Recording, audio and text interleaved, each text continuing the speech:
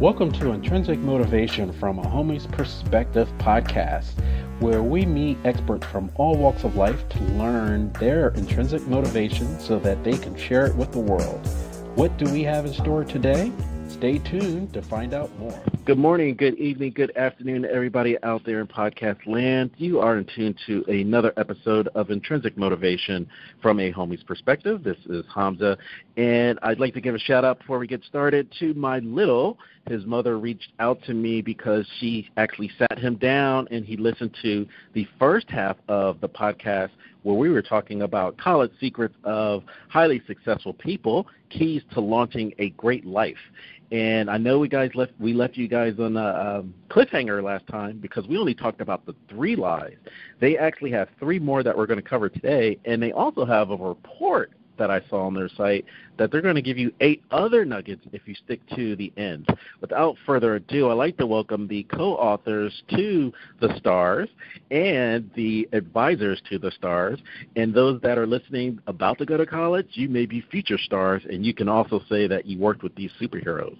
Without further ado, I'd like to welcome Lindy and Tom Snyder to the podcast. Welcome. Thank you, Hamza. Loved it. Good to be here. Awesome. Yes, I'm glad you guys, when we first did it, it was the beginning of August, and that's where all of the people in the South and some other parts of the country were going to school. And now we are at Labor Day weekend, and the old schoolers from like the Northeast that traditionally worked in the farms couldn't go to school until after Labor Day. So these guys are begrudgingly looking forward to going back to school in the next couple of weeks right after Labor Day. And those that are seniors should be armed to the T. We're going to cover a lot of college secrets today. And the first one we talked about was that college is a 4-year commitment. And I think that might have been a reality that existed in the 60s, 70s, and 80s in the movies that we saw. In 2019, a lot of people aren't graduating 4 years. They're more likely taking 5 to 6 years to graduate. And these guys, right. Yes, Lindy and Tom will help us get through that and dispose of that myth. The other lie is that we covered is going to an elite college will make a difference in your future. So take that, Ivy Leaguers. My neighbor is an Ivy Leaguer. Isn't that what you say afterwards? Yes. Isn't that when you usually say, "Oh, my neighbor's an Ivy Leaguer.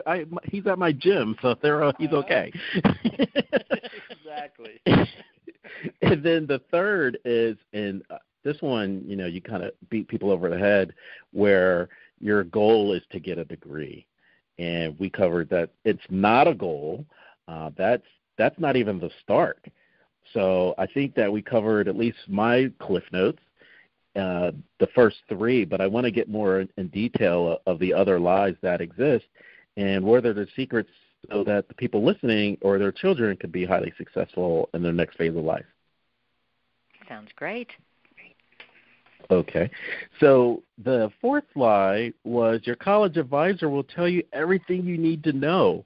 You will go through the jungle to the top of the mountain, and they're sitting on a magic carpet, and you sit with them for 45 minutes, and you should be set for the rest of your life. You mean that's not true? It sounds so perfect. You just exactly hit the gold of the entire process. 45 minutes, and you are set for life. No, there is no guru on the top of the hill, top of the mountain, I should say. And part of the reason the college advisors don't tell you everything, it's not a conspiracy. They can't. It is one of the reasons. Most college advisors have upwards to close to 500, depending on the size of the college, close to 500 students that they're advising, and they can't possibly cover everything they need to. In fact, a lot of times the colleges time their conversations and say, okay, you can only spend 5 to 10 minutes per student. So that's one of the reasons. And part of that also is that the job description for college advisors is not to give those students advice to get careers and beyond once they're out of school. Their job description is to get them from the first day of college to graduation. And that's the sum total of what their responsibilities are. So get these courses, do this in this sequence, and get your degree in 4, 5, or 6 years. That's their responsibility, and that's all their responsibility is. Now, Tom, I believe that you're a fellow gentleman of the salesman ilk in a previous life. Is that correct? Correct. I spent 12 years in sales and generated $3.5 million worth of business. Now, usually for salespeople, and I know Lindy will chime in as well, but we like those carrots, right? Like if we reach our goal, if we reach what we're set out to make at the beginning of the year, there's bonuses, there's actually raises and such. So if I have up to 500 students, I might not be doing my job to my best ability, but if someone dangled a carrot, let's say if someone graduated or went on to a graduate degree, then that would be tied to some type of incentive. Do you think that could exist for college advisors in high school? It's a great theory, but in practicality, it's almost impossible because in order to have that kind of dedicated focus on any individual student is going to require far more time than what they actually have to spend with that student. And if they're being highly selective and say, well, I'm going to make these 10 students, give them all the information they need to move forward, but the other 490 students, too bad for you guys, that isn't going to fly very well either. So it would be great if you could do that, but quite frankly, most college advisors don't even know the secrets and techniques to get students to that positive and successful future beyond college, even if they had the time and the motivation to be able to do that. Mm-hmm. Yeah. And a lot of advisors, one of the rule of thumb that they go by is that the students will say, I just don't know what to major in. I don't know what I want my career to look like, that kind of thing. And they will tell them, find your passion. You know, if you take a course you really like, maybe that's the way you want to go. You know, choose that direction for your major. And what we advise is that students really need to own their own future. They're going to have to dig in, find out what careers are out there. If they find a course that they like, see how that adapts in the career, in the business world. And instead of finding your passion, we say find your compassion, okay? And it's different because a passion will change. Oh, I love this this musician, for instance, and then your music taste changes, and maybe you're not as thrilled with them anymore. But when you find your compassion, that's what will really grab your heart and make you want to pursue, okay, I want to work in that field because that gives me a purpose and I know I can make a difference. I really like that purpose in making a difference because I'm not sure if I told you guys, but I taught elementary school, and we had, you had the parents come to school and they talked about what they did, and, they have commercials and they're all cute. But I never could remember them doing that in high school. And so did the parents lose their compassion or they didn't find their compassion? So they're like, you don't want to hear from me. And in many cases, the parents and the teenager are not really on good speaking terms by this point in time. So, Mom, I not only don't want you at home, I don't want you in my classroom either. Just shut up and let me run my life. Unfortunately, that's fairly common. It really is. I'm just thinking, of spitballing here, but wouldn't it, I'm thinking community-wise. So, we don't like our parents at that age. Of course, it's an awkward age.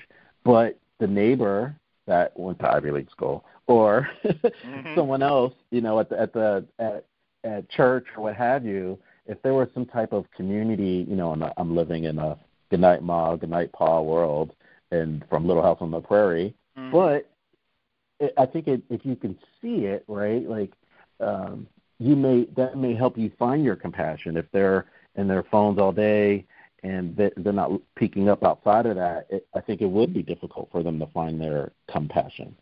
Absolutely. Well, and I think students really need to tap into the resources that they do have, and that is, it starts with parents. Find out, do they like their jobs, their careers? What would they have done differently? And find out what the parents' friends are doing. We talk about one young man who was in college and wanted to be an architect because he loved to draw. He was highly creative. And the further he got into the program, the less he liked it. And he said, I really didn't know what I wanted to do. I think he changed majors about 5 times. And he was bemoaning this to his mom. And she said, he did seek other things, but at one point he talked to his mom, and she said, I have a good friend who's a physical therapist, and she loves her work. Why don't you shadow her for a day? Well, he told me I had no idea what a physical therapist did. And so he did. He shadowed her, and he could see himself doing it because he discovered it was much more creative than he expected. She was trying to adapt everything to each of her patients. And he did go on to become a physical therapist, which was quite a commitment because it's very similar in length of time to getting a medical degree. And the way I asked him, I said, well, you're a terrific physical therapist because I had seen him work. But I said, what about your creative side, the drawing and that kind of thing? And he said, 2 things. He does his artwork on the side, but he also ended up using some of his architectural desire to build tools, different gadgets that physical therapists now around the world actually use. He invented them and markets them. So there's a way to tie in your interests, and yet if you can find a compassion, which is what he tapped into, he really wanted to help people, and he loves it. He loves his job, and he said, I thought I would never find it. And one of the things that's really pivotal, especially so many college kids are going through this angst of what am I supposed to do with my life and what am I supposed to major in, all of these things. The reality is that if you find something that touches your heart, that you are doing something for someone else, that then brings reward to you, and you start realizing that you're going to love working in that capacity somewhere. And usually, a lot of times, you are going to find what you want to do as a career by doing something for other people first. And that, sometimes you'll try a certain charity that you want to volunteer for, and you go, it's okay. I'm not really cool about serving in the food bank. But then you do something else at a different nonprofit or a church, and all of a sudden you go, oh my gosh, I'm changing people's lives. And now you suddenly find self-value in why you exist, and that changes all of your focus into where you want to serve society, and that brings great joy to you as well. I want to stay with the doing something for someone else, because I think that's huge, and for people that go to different locations on the weekend, Friday, Saturday, Sunday, depending on what they look to as a higher power, right? It's greater to give. And it also made me think of the movie Brewster's Millions. Do you guys remember that movie with Richard Pryor? I do, but barely. I remember the title. Yeah, I know. It's like trivia night. I'm sorry. It's a long time ago. Yeah, right. But in the movie, it kind of echoes what you're saying, Tom. He had come across a rich uncle, and the rich uncle was giving him $30 million, right? And he's like, oh, I'm going to get $30 million. But there was a big asterisk. And they said, you have to spend that $30 million, and if you spend that $30 million in 30 days, you will get $300 million. And so it was like, how do I do this? And ultimately it was just showing that compassion and doing things for other people will help you grow your life to unimagined areas. And he wound up being like a better person. And overall, it was like the money was no big deal afterwards because of everything that he was doing for other people. I'm going to have to find that movie. Sounds good. Yeah. Yeah, pull out the Betamax, blow the dust off. Good luck with that.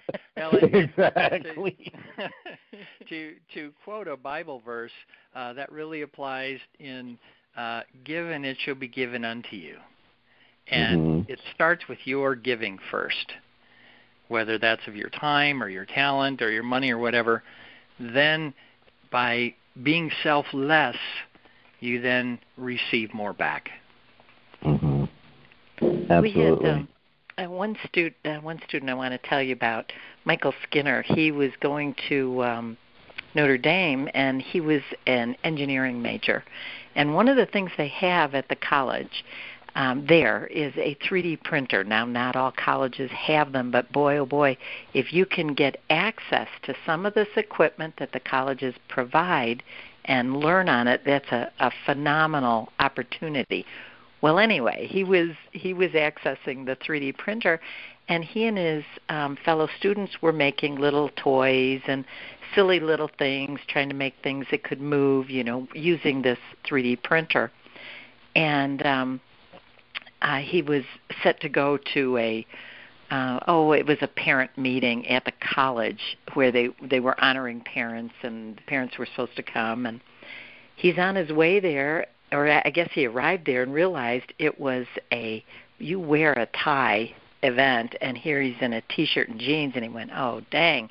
So he called an Uber driver, and as fate would have it, he's in this car with the Uber driver, and the driver's talking about his family. And this Uber driver had adopted a little girl that was born with no hands. She had actually a single digit on each hand. And Michael Skinner went, oh my gosh, this is the very thing that I could use that 3D printer for. So he asked the dad if he could, if they could use her as a way to make moving robotic hands for her. And the dad was overwhelmed. The little girl was about, I think, 8 years old at the time. And prosthetics are way too expensive that they don't even want to make them for children because they outgrow them.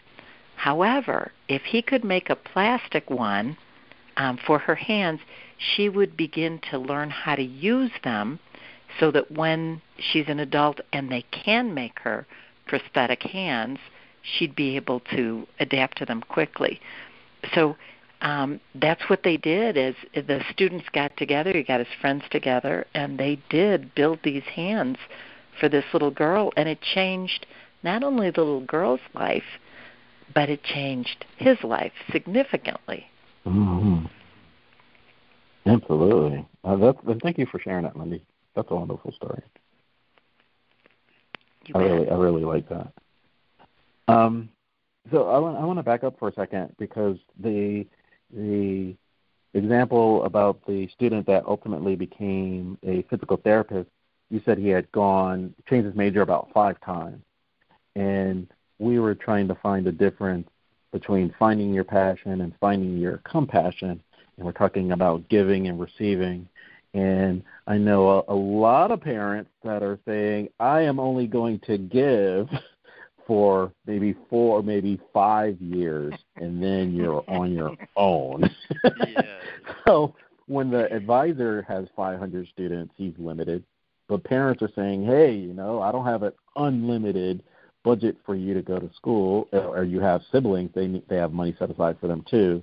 So is there a way to, organic is the best way to go, but what's the second best way to finding your compassion?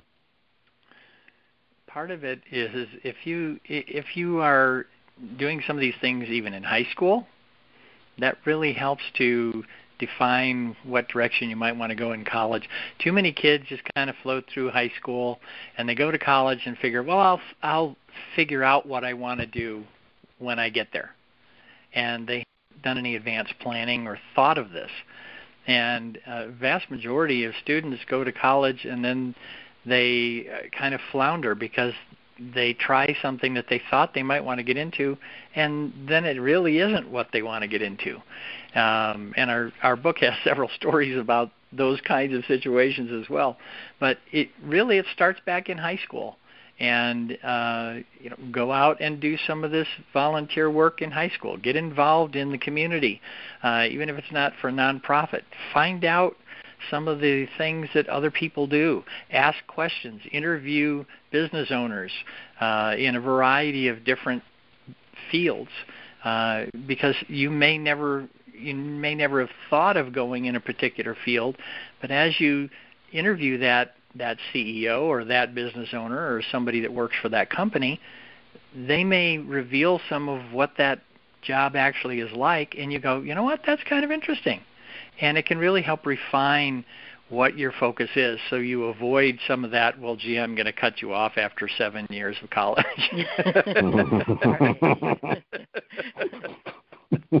We had one student that he wasn't sure what he wanted to do, but he was very forward thinking, and this was in high school. And he started working part-time just after school whenever he could provide some time with his optometrist. It was his own optometrist, but he thought maybe that would be the direction he wanted to go in. And so he would go and file papers and help set appointments, that kind of thing. But after he had done that for a couple summers, when he started college, it was like, no way am I going to be an optometrist. He had seen enough, didn't want to do it. We see that a lot. Now, it's better when it happens in high school. One gal, Julie Marie Carrier, she, when she was in college, everyone knew she was going to be a veterinarian. She knew it, too, because she loved animals. And as she worked through her courses, and of course that also requires extra school after your undergrad degree, and she's working her way through, and her senior year, she does one semester abroad, and while she's away from home, away from the country, she says, I hate my major. And so she began to think through things, and back to some of the volunteer work she did. And she loved working with young people, teaching them leadership skills and things like that, and went back to her college and said, I know this is going to add a lot of years, but I cannot graduate and then pursue veterinary school. I hate this. So she talked to the college, and actually they were able to create a major for her in leadership training. And that's the direction she went, and she has been a national leadership trainer for young women. And so it worked. Not every college is going to do that, but it worked for her. Thank you for that. Thanks for sharing. And I want to stay on task. I know we have 2 other lives. We're going to get to those. And Tom and Lindy, you both were saying about the community service and nonprofits and what have you. And I definitely want to do that quick public service announcement that I know it took when I partnered with my little, he was actually looking for a big for a year and a half, and there's just not enough men that are doing this, community service, and there's a lot of boys and girls that need that extra assistance.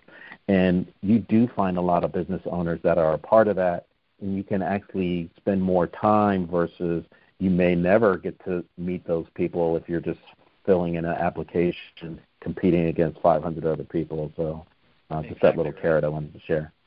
Mm-hmm. That is so true. So true. You have to be intentional. You have to choose to move forward and choose to make these decisions and take those actions, those courses of action. And that's, quite frankly, what sets you apart from the vast majority of your peers. And you're going to be the one that gets the job or is the highly successful person, where 1,000 of your peers and friends are going, wow, he's so lucky. He or she was able to accomplish so much. It's just luck. No, it's planning and intentionality. Well, and what we're finding, too, is that the Fortune 500 companies, they did a big survey, or not survey, they researched how they were hiring people. And they found that they were not hiring let me put it another way. If they had two candidates, and one was a straight A student, but the other one was a good, solid B student, but had all these other avenues that they had pursued. They had been a volunteer, they had done internships, they had made some connections in the community. 90% of the time, the Fortune 500 company will hire that B student because they know they have the social skills that so many employees coming in are lacking, and they really need those. They really treasure those skills. And also, the person who's a straight A student, they find, well, you know what? They're really only concerned about themselves. They're not good team players, and in many cases. And so they want people who actually can get along with other people and actually have a vision beyond just their own personal achievement. And that's why 90% of those Fortune 500 companies will hire that B student instead of that straight A student, all the other things being equal. Now I'm a little bit confused because I saw the movie Animal House, and in that movie it said I'm doing all these old A. Oh my goodness! I need to. And trust me, I've seen new movies. I've seen new movies, but for some reason, an old soul. Old soul tonight, guys. My goodness gracious! But I was trying to segue into the fifth why, which was social events on campus are just for fun. And a lot of those movies highlight that, and a lot of people go to college because they think that's all that entails. And one example you just mentioned is I lost out on a job, even though I had good grades, because I didn't have a social life. Mm-hmm. Oh, tell me about that. Yeah, it's just that, no, I'm just saying, like you're saying, it's more important than just having fun. You think you're going to meet some lifelong friends, and on some level you will, but if you're like you said, Tom, if you're more intentional, then you can get more out of it instead of, I guess, going by the way the wind is blowing. Yeah, and there's two different types of social events, and it's really how you respond to them that makes them one or the other. If you are going in mindlessly just to party, they're really not going to be a great value to you in most cases. Okay, but if you approach that same gathering with the intention of, I'm actually going to be able to think by the end of the day, I won't be puking on the sidewalk, and I want to meet the people that are here, even if it's just a fairly benign introduction and a brief conversation. You are meeting a lot of people that you don't know where they're going to end up. Everybody in college starts as a college student. Every one of the people we profile in the book, from Bill Gates and Warren Buffett on down, they started as just plain college students. They were just like you and me and everybody else in their freshman year. We talked about Neil Armstrong the other day about how he stood in front of the engineering building and he was scared to death. Now, the guy that walks on the moon, but he was scared because he was just a college kid then.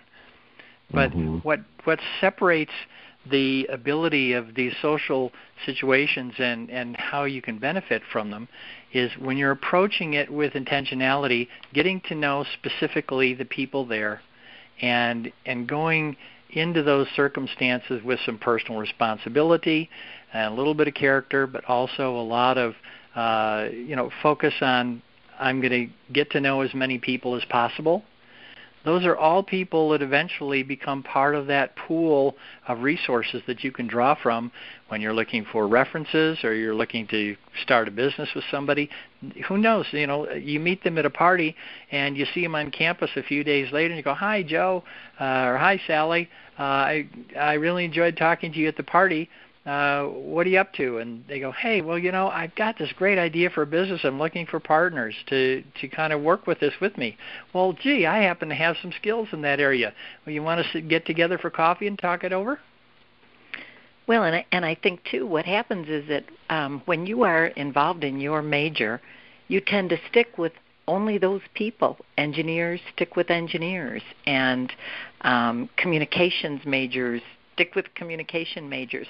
But sometimes to create a dream business, you need an engineer and a graphic designer and maybe a musician or maybe someone who's doing a film. You need all those things, and you meet those at the bigger social gatherings because that's where the pool is. You also find them in different clubs on campus. So especially when you first set foot on campus as a freshman, they have all of the clubs that are saying, "Hey, we're here, come and check us out." And go to some of those clubs that you don't think that you would really, had any exposure to or interest in before, and you may find out that somebody there becomes a great friend, and oftentimes they can become a business partner. We highlight several of those people in what we did with interviews and researching for our book. I'm looking for a happy medium where when we were in school, maybe a few years ago, that it was kind of organic. I mean, we had the intention to meet the people in the social events, but now you can, with technology, I'm just thinking about my first roommate, I didn't know him from Adam, and then he became a lifelong friend. Whereas with apps and Facebook and such, parents are choosing to set up their social events for the children before they even get there. I wanted to get your take on being too helicopterish, if I can create a new word, to set up your social life in college. Well, one of the, this is one of the big problems, and one of the problems inherent with the whole social media thing as well.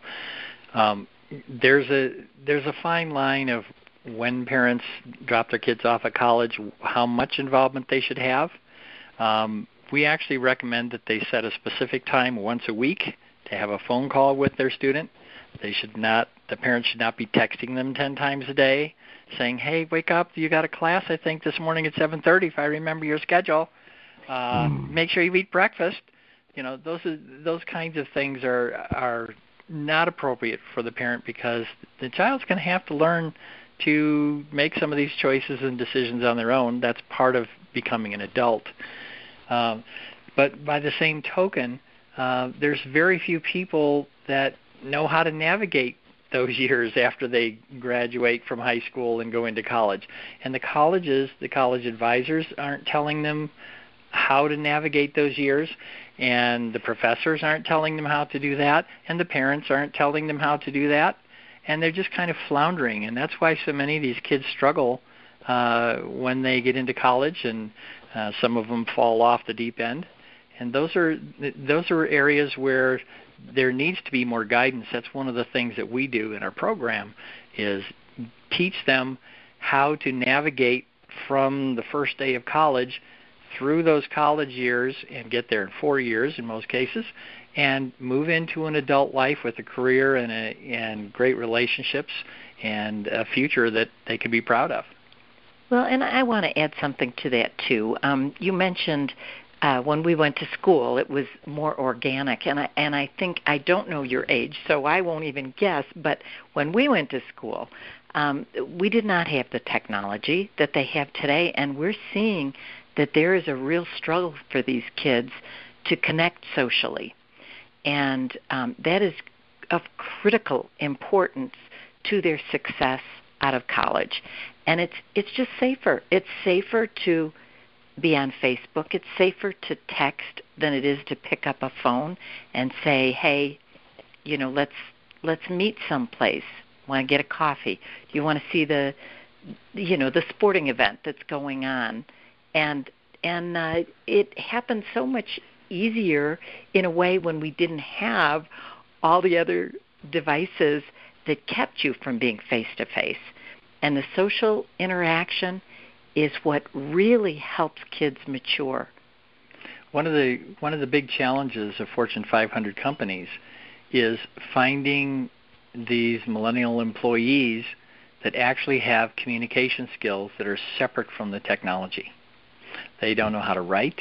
They don't know how to meet people and talk to them face-to-face and look them in the eye and carry on a conversation. Those skills are being lost because of the technology.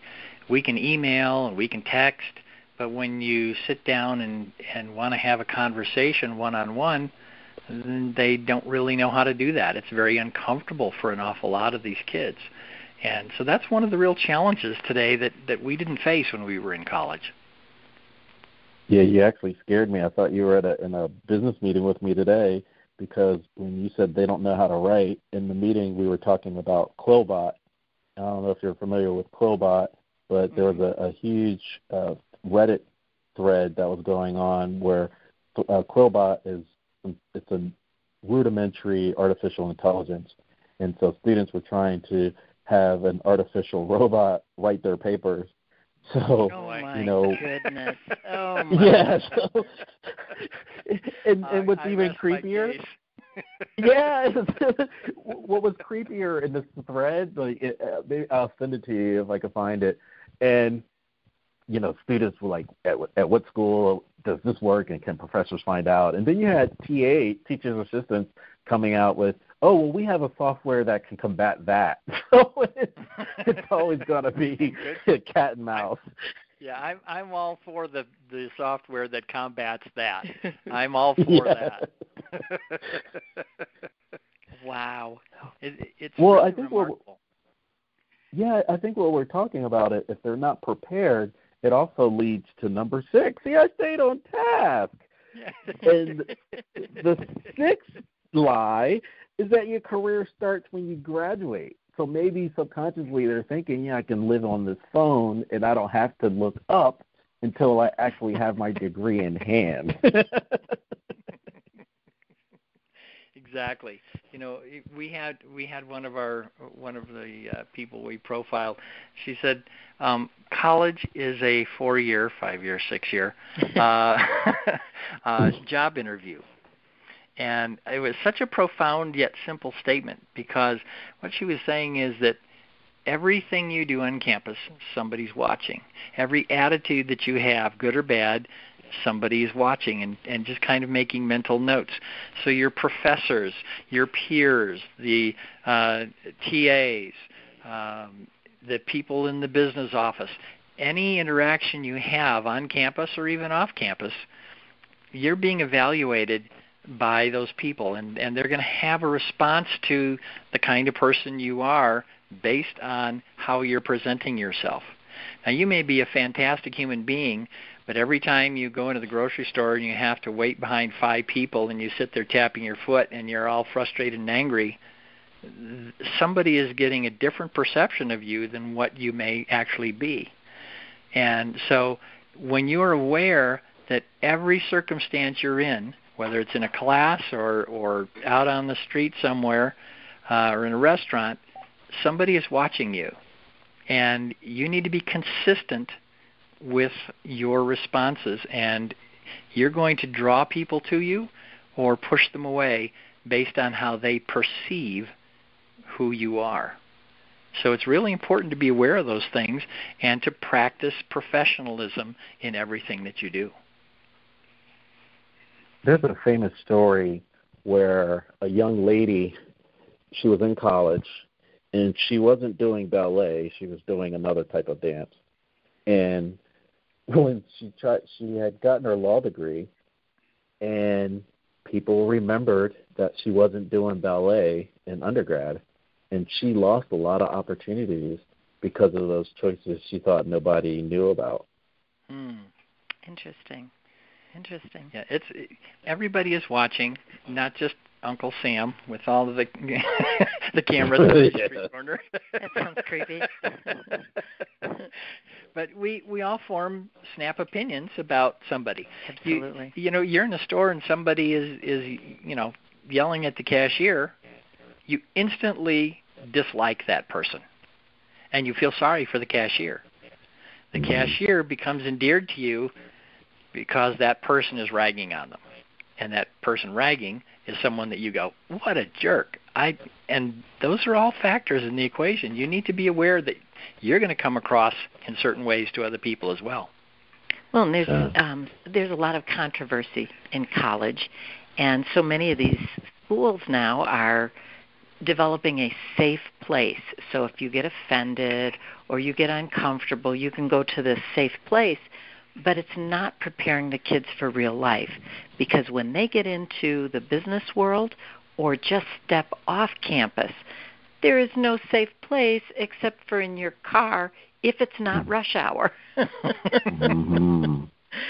I think that's very important. That's part of the getting out of your room on campus and being involved socially, too, is that there is controversy there. It's interesting. One of the most interesting statements I felt from Bill Gates was that he said he regretted more than anything else not being involved socially on his college campus. He didn't go to the games. He didn't get involved with any of the social activities. And he says, that's my number one regret. And he'll never get that back. For all his money, he can't get that back. And one of the things that really helps to make this a simple process is to understand that if you treat college like your first full-time job, it gives you the opportunity to practice that professionalism, to learn how to interact with different people, to be aware of what you're doing, and to do things to the best of your ability. And those habits that you can develop before it really is going to be impactful are things that are going to lead you right into that next phase of your life and make you somebody that people are fighting over to get you to work for them, instead of going, oh yeah, it's another one of those people. And it gives you that 4 years to practice and develop those personal skills, those communication skills, those personality skills, those character skills, so that you are prepared to be the ideal person to either work for someone else, or quite frankly, you have the maturity to be able to start your own business if that's the way you decide to go. Yeah, I think the other side of it, when we talk about the career starts when you graduate, it's like, no. I remember fondly running into alumni during homecoming, and I'm like, wow, they came back, and they come back generations, and they see that you come back and you had such a good experience. Then those are other opportunities for collaborating or business or social professionally that can happen just because you have that shared experience. And I found that those that weren't as social, like you said with Bill Gates and such, they're not as active as an alumni either. That's true. And Exactly. Alumni are also very valuable once you graduate, if you've developed those friendships while you're in college. There's one story that I really like is there was a young man that was on the same floor as Bill Clinton in college, and he wanted to be a writer. And, of course, Bill Clinton wanted politics from the beginning, and so they went in different directions. But the writer, his name was Thomas Kaplan, and his parents had other plans for him and wanted him to work in the family business. They had a jewelry business.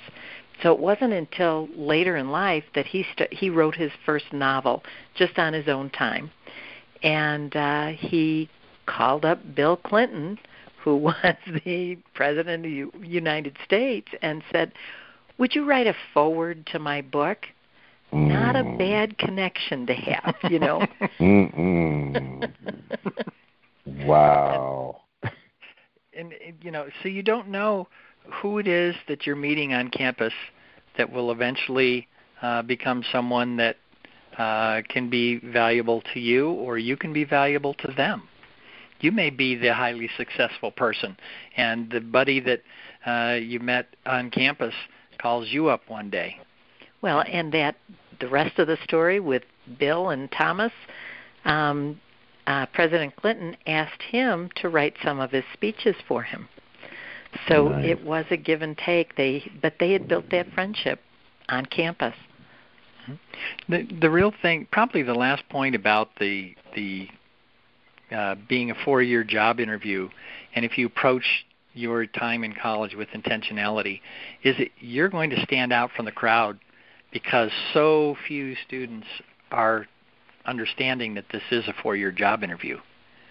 So where 70% of college grads 6 months after graduating either don't have a job at all or have a job that didn't require their degree, so their college is wasted, you have that 30% who are in a career job or at least in a full-time job, and it's a lot of that success comes from what you did while you were in college, and it sets you apart from all of the other people on campus because there's so few of those fellow students that are intentional. There are actually internships that no one applies for. Mm-hmm.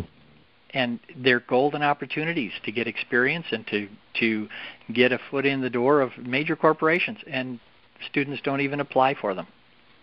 There's lots of opportunities that are missed because students aren't intentional. I want to get you guys' take on a missed opportunity with the Ugly Duckling and Beautiful Swan. So you had mentioned that you're on your P's and Q's when you think people are watching you, but when you're off campus, then you're yelling at the cashier and such. I want you to talk about. I love that story with Thomas Kaplan and Bill Clinton, in that they didn't know that Bill was going to be the president, and in many cases, you may have people being overlooked because at the time, freshman, sophomore year, they may be that ugly duckling, and they don't come into their own until, late junior, senior year. How do you make sure, is there any advice where people aren't missing the golden goose that's right under their noses? Well, I think in that case, one of the things that we tell our students is really to respect everyone. So whether they are someone in your classroom that you think shouldn't be there, they are just not sharp enough to be here, they may be that quirky Bill Gates guy, Sorry. That nerdy little tech guy that became a multi-billionaire. You just don't know. And I think if for no other reason than to build your own character, when you respect other people, it changes you. And I think that's key. And to just kind of go back to that passion versus compassion, don't be a judge of other people. Understand that everybody has value. And if you value them as a person instead of, gee, I wonder what they can do for me, when you are valuing that other person, you're taking the focus off of yourself, focusing on them as a human being and their value, and you become endeared to them. And you never know where any of these, associations may lead. And it's just important to understand that you're not the center of the universe, as hard as that may be to deal with sometimes. But everybody has value, and don't just go in with saying, well, I'm only going to hang out with the people I think are going to go somewhere so that I can ride in their coattails. You need to be a little bit more selfless than that. Mm-hmm. And we got to speak with an actor who has been on all the Transformer movies. You would know his face. You'd go, oh, that guy, but you wouldn't know his name. He's kind of the famous that guy because he's been in so many things. But his name is Glenn Morshower, and he told us this story about when he was actually chosen through an audition to be on in the movie Pearl Harbor. And when he showed up on set, he was told, no, you don't have that part. Well, he had flown in, he had canceled the rest of his schedule, and booked his hotel, all this stuff, expecting to be there for a month or so, and they had made a mistake. They had double booked the role. So the director came to him and said, I am so sorry. Would you take a, it wasn't even 3 minutes, it was like a 10-second extra role since you're here today, but I can't honor this deal. Well, ordinarily, the knee-jerk reaction is to lash out, which a lot of college kids would do in a situation like that, and where they don't get what they were promised or they expected to, but things happen. Well, Glenn Morshower chose professionalism over reaction and said, I'll just let you guys work it out, and I'll abide by whatever you come up with. And he did not get the job. Well, people would say, well, he wasn't the lucky one. He wasn't very smart. He should have fought for it. When in reality, the director, Michael Bay, was so impressed with the way Glenn Morshower handled himself that he said, you will be in every movie I produce from now on. And he's been good to his word. In fact, when he called him to be in the second Transformer movie, Glenn said to Michael Bay, does it concern you that I was killed in the last movie? He said, no, we're going to give you a new name.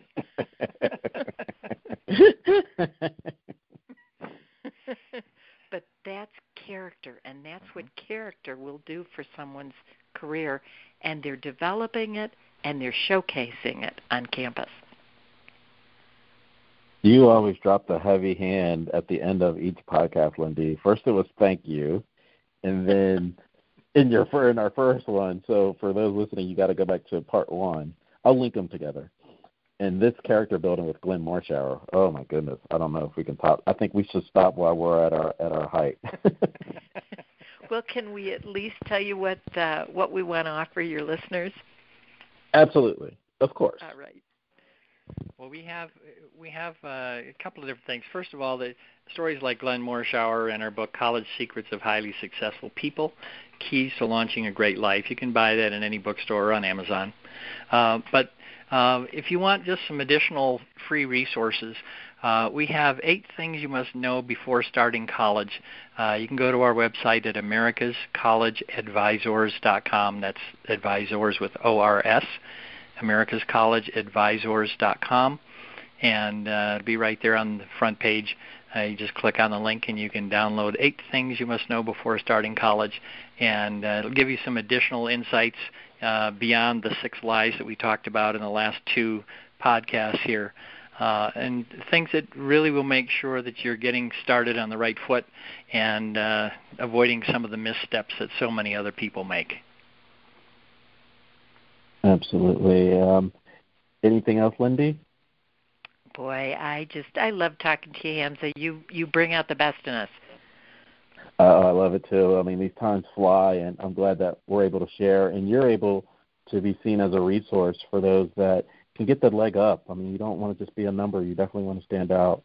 So with that, you have just been in tune to another episode of Intrinsic Motivation from a Homie's Perspective. This is Hamza. And I love superhero movies, and they should hire the Snyders for their own superhero franchise. It was a pleasure speaking with you guys. It's been a pleasure speaking with you. It's been a delight. And we'll be glad to come back again on some other topic. Fantastic. I look forward to it. Thank you very much. You bet. Thanks, Hamza.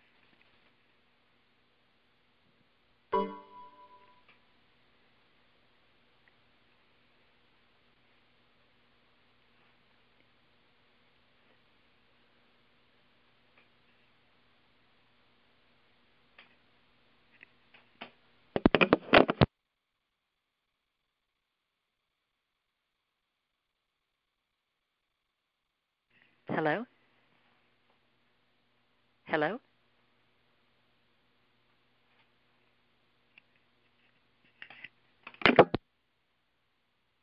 Hello?